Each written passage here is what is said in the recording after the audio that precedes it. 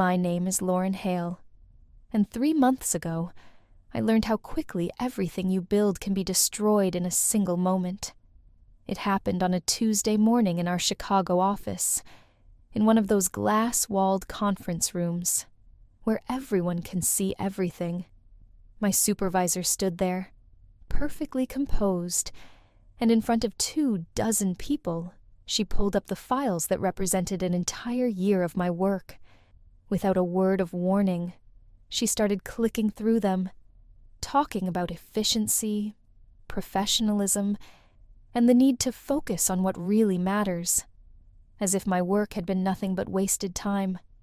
Then, with the kind of detached smile you only see on someone who enjoys hurting others, she highlighted everything and pressed delete.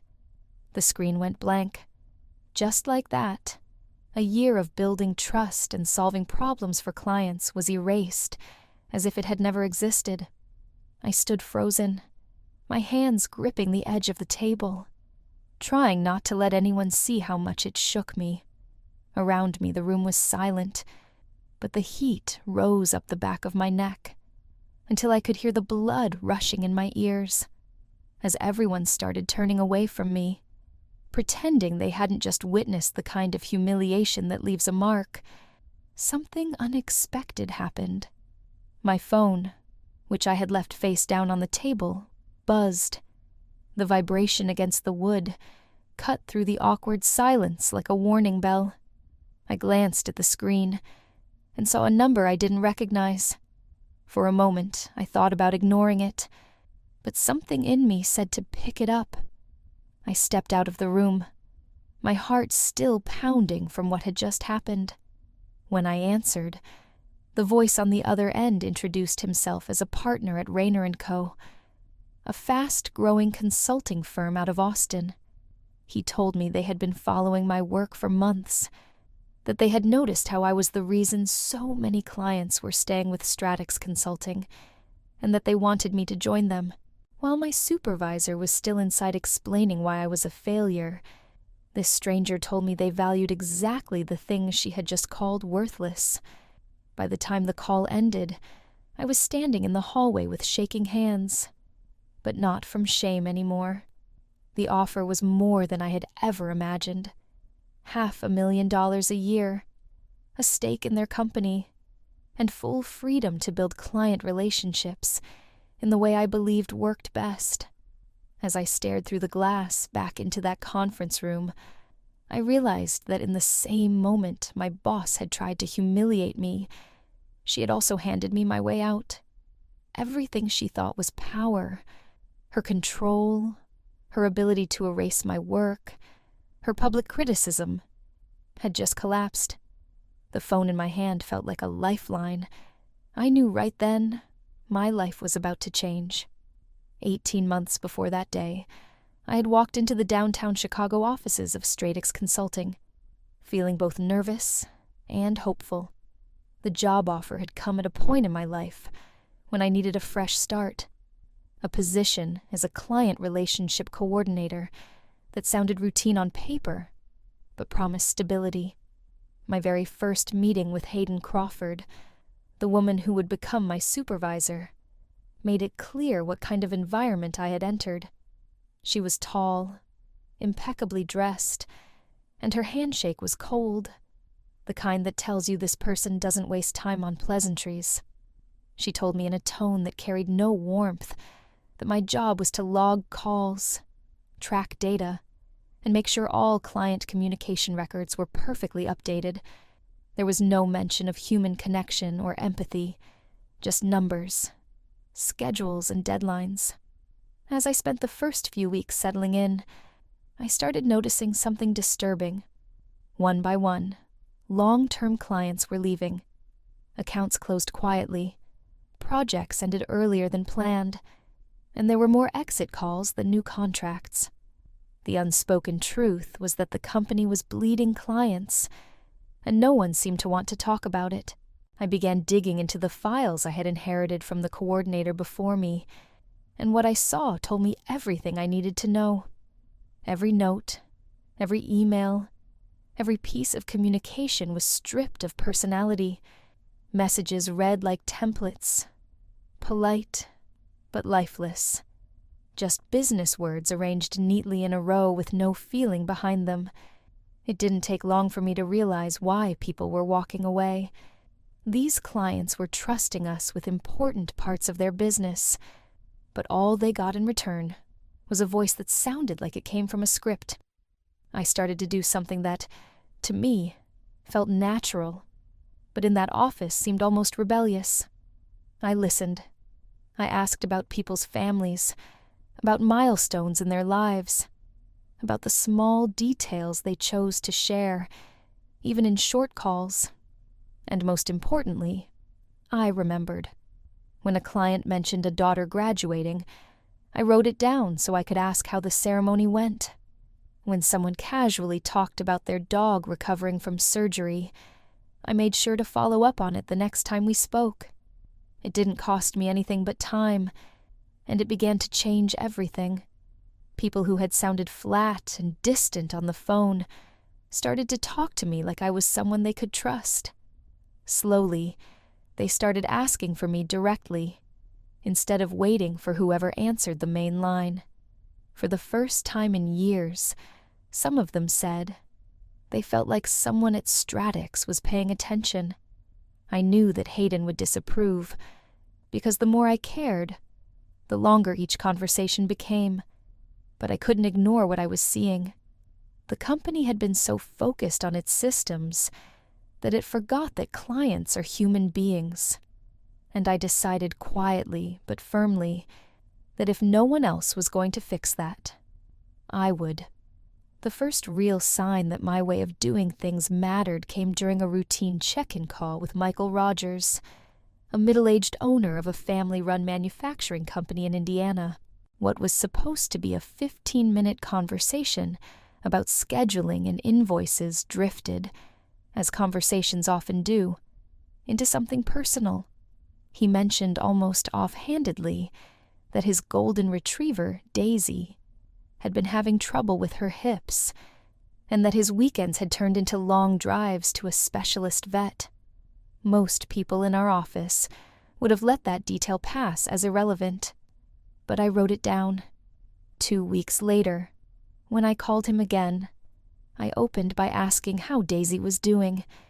There was a pause on the other end of the line, and then he laughed softly, surprised that I remembered.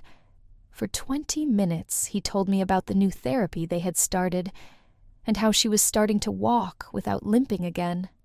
When the business talk was finally over, he said something I'll never forget. "Lauren, I wish more people in this industry cared the way you do." It was the same with Sarah McConnell, who ran a small but ambitious textile company out of Minneapolis. I had noticed in her client profile that her company was coming up on a 10-year anniversary.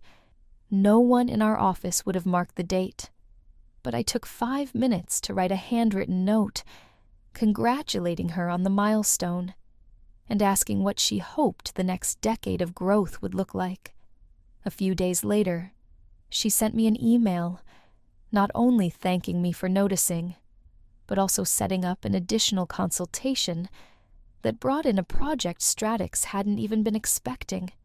When we finally talked on the phone, she told me no one had ever done anything like that for her business before.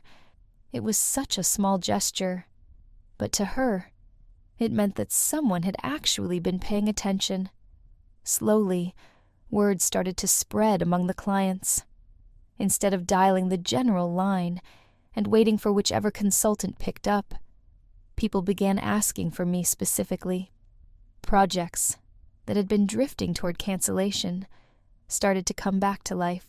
Some of the clients even told me outright that they stayed with Stratix because they trusted me to look after them.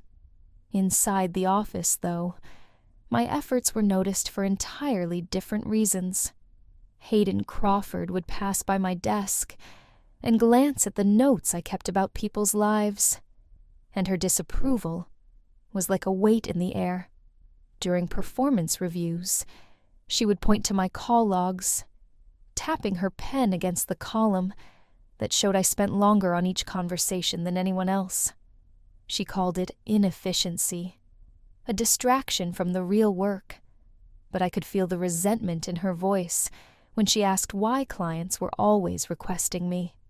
Every time she tried to warn me to keep things strictly professional, I could see her frustration growing, because the more she tried to rein me in, the more successful my approach became.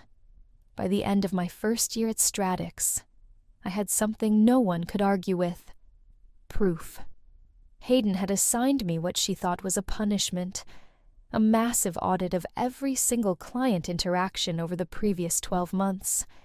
It was hours of work that pulled me away from my usual calls, but I decided if she wanted numbers, I would give her numbers. I built a detailed document that showed exactly how each relationship I had invested in had led to something concrete: contracts renewed early, extra services purchased, referrals that turned into new accounts. Every follow-up, every note about a client's life that I had taken the time to remember was tied to a tangible result.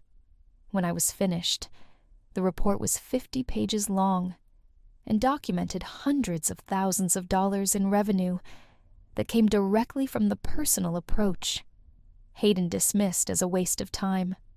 I walked into that Tuesday morning meeting proud of what I had created, believing that finally I had something even she couldn't ignore. She began the meeting by asking me to project my report on the large screen. At first, I thought she wanted everyone to see the proof, but as she started speaking, I realized that was not her goal. She walked the department through my audit page by page, not to praise the results, but to tear it apart. In front of more than 20 people, she called my notes unprofessional, accused me of crossing boundaries, and described the very actions that had brought in revenue as social hour. Every example I had carefully documented, from the phone calls with Michael about his dog to the handwritten letter to Sarah, she used as evidence of what she claimed was a failure to stay focused on business. And then, with the same cold certainty that had been in her voice the day she first introduced herself to me, she highlighted the entire folder on the screen and said, "This approach is garbage. From today forward, we return to professional, efficient methods only." Her finger pressed delete, and in that instant, an entire year of work vanished in front of me. I stood there, staring at the blank screen, as a heavy silence settled over the room. The files were gone, but as I looked around at my coworkers, and then at Hayden, a strange calm came over me. She had destroyed the record, but she hadn't destroyed the relationships. Those were not stored in a computer. They were in the minds and trust of the clients who had chosen to work with me. I realized that all she had accomplished was to cut herself off from the very foundation holding the company together. She thought she had humiliated me, but she had only freed me. At that moment, I knew that what I had built could not be deleted with a keystroke, and that realization changed everything that came next. I barely had time to process what had just happened before my phone started buzzing against the table. The sound cut through the tension in the room like a siren, and for a moment, I just stared at it, not wanting to move while everyone's eyes were still on me. When Hayden turned back to the screen to start lecturing about professional standards, I quietly picked up the phone and stepped out into the hallway. My hands were shaking as I swiped to answer, my voice unsteady from the humiliation I had just endured. On the other end of the line, a calm male voice introduced himself as one of the partners at Rayner & Co., a young consulting firm based out of Austin that had been making waves in our industry. He told me that they had been watching Stratix from a distance and had noticed the shift in client retention and satisfaction over the past year. They knew it was unusual for a firm like theirs to reach out unannounced, but they also knew, he said, that those numbers had one common factor: me. I listened, still trying to catch my breath, as he explained that Rayner & Co. had been looking for someone to lead their client relationship division, someone who believed in building strong connections rather than chasing metrics. They had been waiting for the right time to approach me, but after what they had just heard from contacts inside Stratix about the public deletion of my work, they believed there was no point in waiting. "We've seen what you've done," he said plainly, "and we know that the way you work is the future of consulting. We want to give you the chance to build that future here." Then he laid out the offer, and I had to stop and lean against the wall, because the number he said almost didn't sound real. $500,000 a year, a partnership stake in their company, complete autonomy to design a client relationship strategy that worked the way I knew it should. No one looking over my shoulder telling me to stop caring. No one calling my work garbage.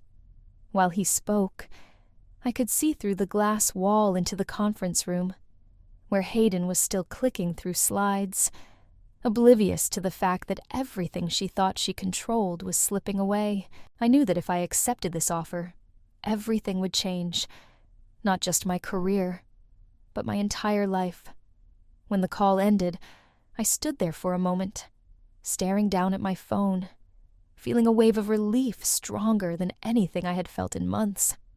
Inside that room, my reputation had been torn apart, but out here in the hallway, someone was telling me that they saw me, that they valued everything Hayden wanted to erase, and in that instant, the power balance shifted completely.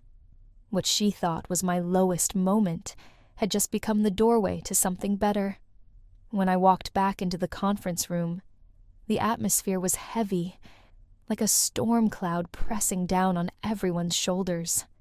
Hayden was still talking, pointing at a blank screen where my audit used to be, lecturing about efficiency, as if nothing had happened. I didn't sit down. I stood there by the door, looking at the faces of people I had worked alongside for 1.5 years. Some of them glanced up at me, and then quickly looked away, uncomfortable with the whole scene. I let Hayden finish whatever point she thought was important, and when she paused to take a breath, I spoke. My voice sounded calmer than I felt. I told them I was resigning from Stratix Consulting, effective immediately, and that I had accepted an offer from another firm that valued the work I do. The words seemed to hang in the air, and for a moment no one moved. Then the room erupted into whispers. Hayden blinked like she hadn't understood. "You can't just quit in the middle of a meeting," she said, her voice sharp with disbelief. She started talking about policies and notice periods, about procedures and transitions, all the rules she thought kept her in control. But I was done with all of that. I told her I would handle the paperwork within the hour, and that after the way my work had been treated in front of everyone, there was nothing left to discuss. Her expression shifted from smug certainty to something almost desperate. She tried to convince me that I was making a mistake, that Rayner & Co. was too small to be safe, that I would regret walking away from the stability of Stratix. But every argument she made sounded hollow. I could feel that the balance of power had changed, and for the first time I saw panic in her eyes. As I gathered my things and walked to the door, she called after me, telling me I was throwing away my future. I didn't even look back. The very next week I stepped into the Austin offices of Rayner & Co. for the first time, and the difference was like stepping into sunlight after months of gray skies. The office was smaller, buzzing with energy, but there was a sense of purpose in the air. People smiled when they passed you in the hall. They talked to each other like they were all working toward something, not just surviving the day. On my very first day, They handed me my own space, a stack of client introductions, and complete freedom to shape how relationships would be built. I didn't need to prove myself with spreadsheets or defend my approach to someone who didn't believe in it. For the first time since I started in this field, I felt like my instincts weren't something I had to apologize for. They wanted me to care. They wanted me to connect. And I could feel, almost instantly, that I had finally found where I belonged. The first few weeks at Rayner & Co. passed like a blur, filled with introductions, planning sessions, and the unfamiliar feeling of being encouraged instead of questioned. I threw myself into the work with everything I had, and before long, something unexpected began to happen. On a Thursday morning, barely 3 weeks after I left Stritix, my new office phone rang. On the other end was Michael Rogers, the factory owner, who had once told me about his golden retriever's hip treatments.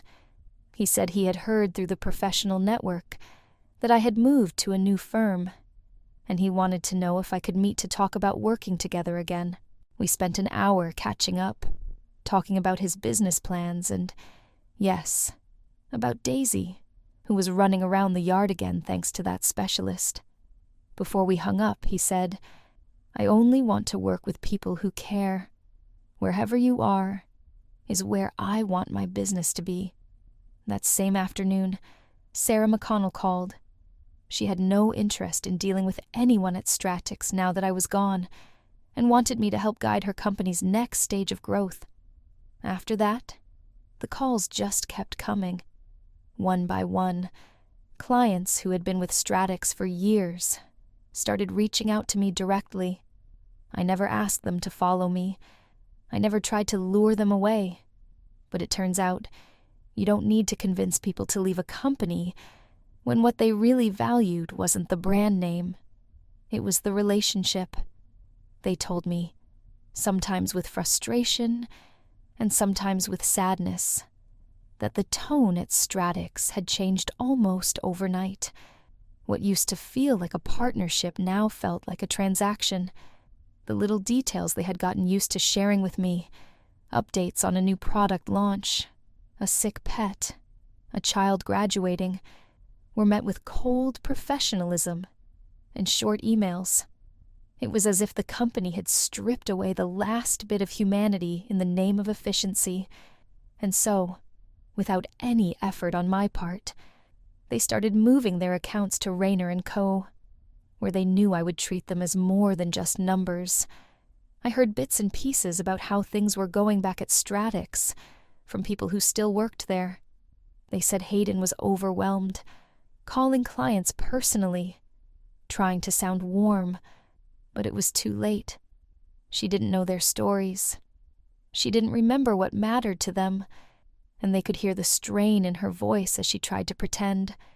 The clients noticed, and they didn't forgive.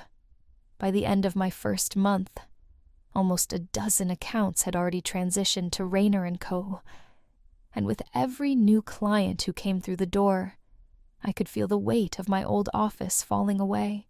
I hadn't planned revenge, but it was happening all on its own, and all I had to do was keep being the person Stratix had told me not to be. By the time 2 months had passed, the ripples from my resignation had turned into a tidal wave that Stratix Consulting could not escape. Clients were leaving faster than the company could replace them.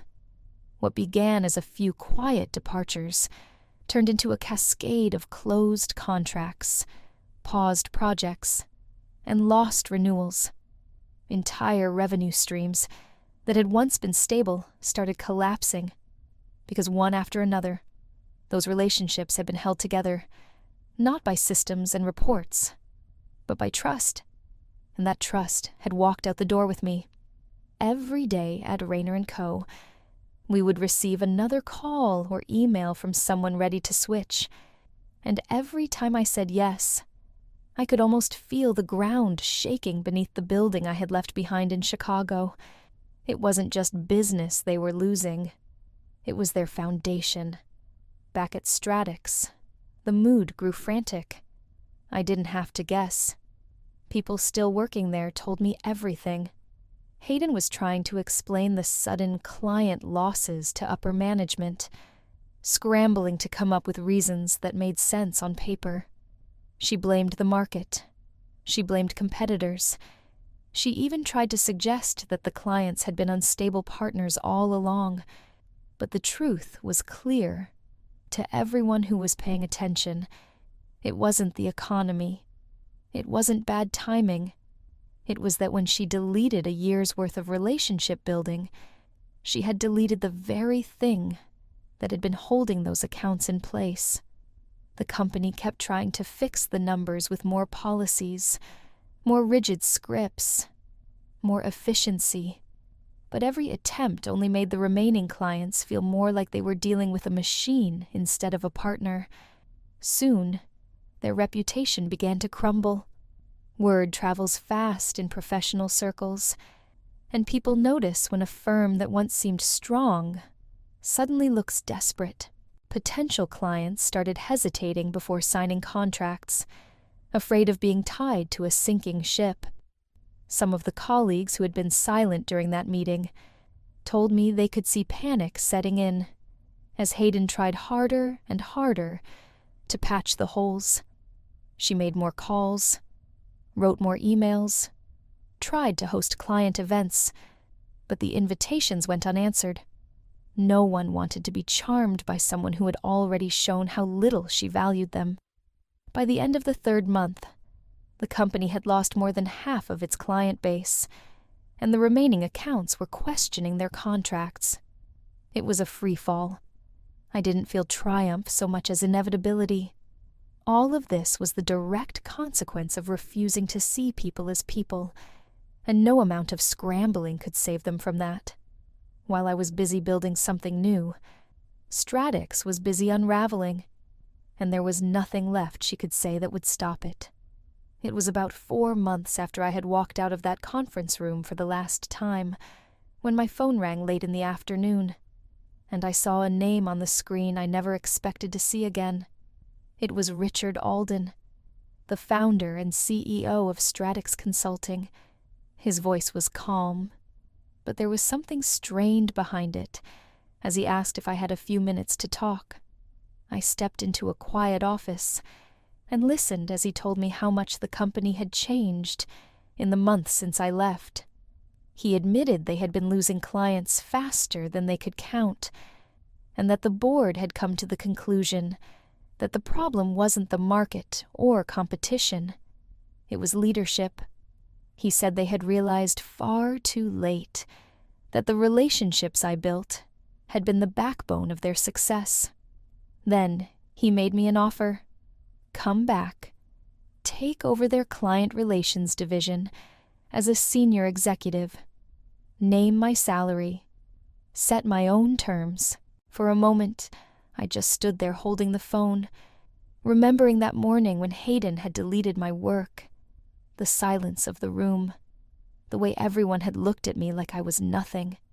It was surreal to hear those same people now saying they wanted me back and promising complete freedom. Richard spoke about how they would restructure the entire department around my philosophy, how I would be able to build the team I wanted, hire whoever I trusted, and lead without interference. He said he believed Stratix could recover if I came back, that clients might forgive them if they saw I was there again. It sounded like the kind of opportunity that people dream of, but as he talked, I realized I already had everything he was describing. When it was my turn to speak, I thanked him for the call, but I told him I wasn't coming back.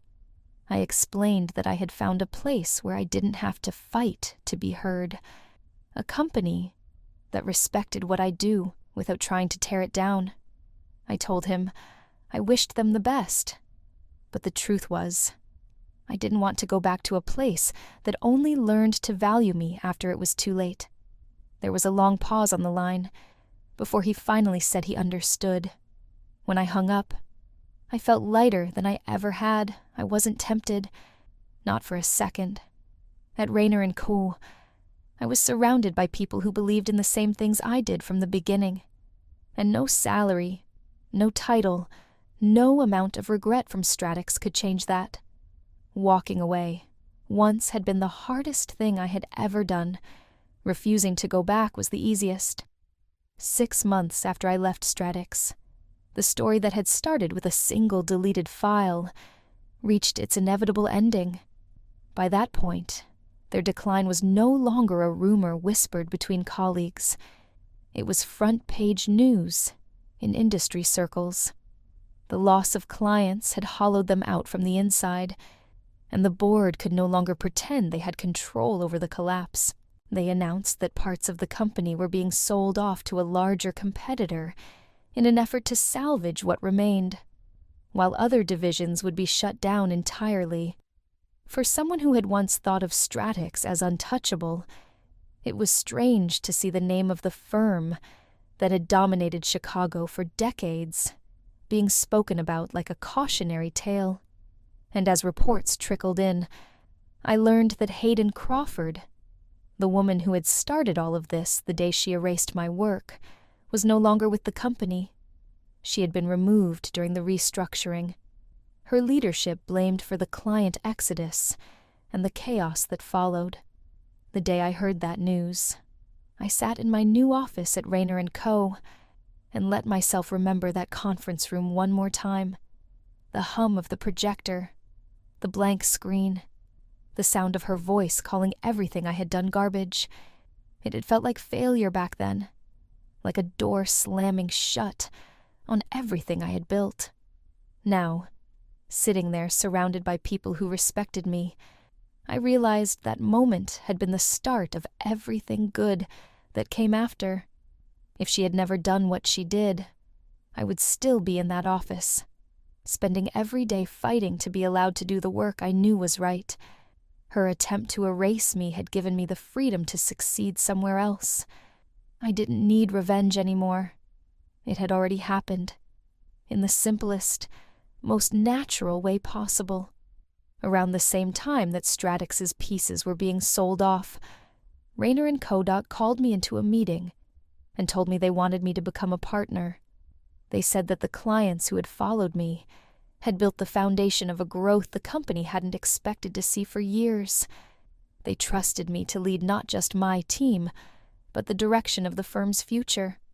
I signed the partnership papers with a clear head and a steady hand, knowing that I was exactly where I belonged. While Stratix disappeared into the history of firms that forgot people matter, I was helping build something new, something stronger, something rooted in the connections that everyone else had dismissed as unimportant. I walked out of that meeting and stood for a moment in the Texas sunlight, thinking about how far I had come in 6 months. All of it, the loss, the humiliation, the departure, had led here, and I wouldn't have changed a single thing. 2 years later, I sometimes walk through the halls of Rayner & Co. and think about how different my life has become since that day in Chicago. The title on my door says Director of Client Relations, but what it really means is that I get to build a team around the principles that I once had to fight for. Every morning, I come in knowing that the people here understand why I do what I do. We talk to clients like they are human beings, not numbers, and we build trust with them because we care about their goals as much as they do. It isn't complicated, and yet in so many places, it is still considered unusual. When new team members join, I tell them that the key to everything we do is to listen and to remember those simple things. The ones Hayden called inefficiency are the reason our firm has grown beyond anything we imagined.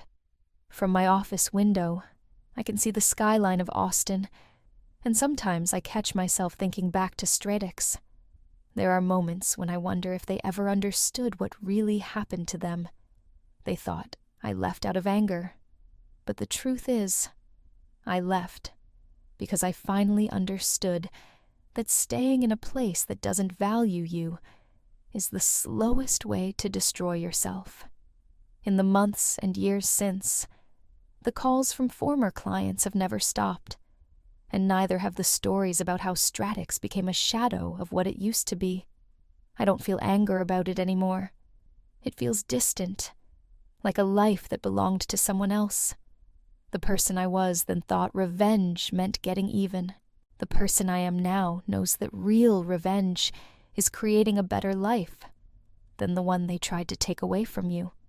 I have a career that I love, a team that believes in the same vision, and clients who trust me, not because of the name on the door, but because of the relationships we've built. When I look back on everything, the humiliation, the deleted files, the quiet walk out of that conference room, I see it as the moment that gave me everything I have now. The best part is knowing I never had to plan a single thing to get here. All I had to do was step aside and let their choices catch up with them. Leaving was the hardest decision I ever made, but it taught me something that has stayed with me. The best revenge is not to stay and fight. It is to walk away and build something better where you are valued, and to never look back. And I haven't looked back once.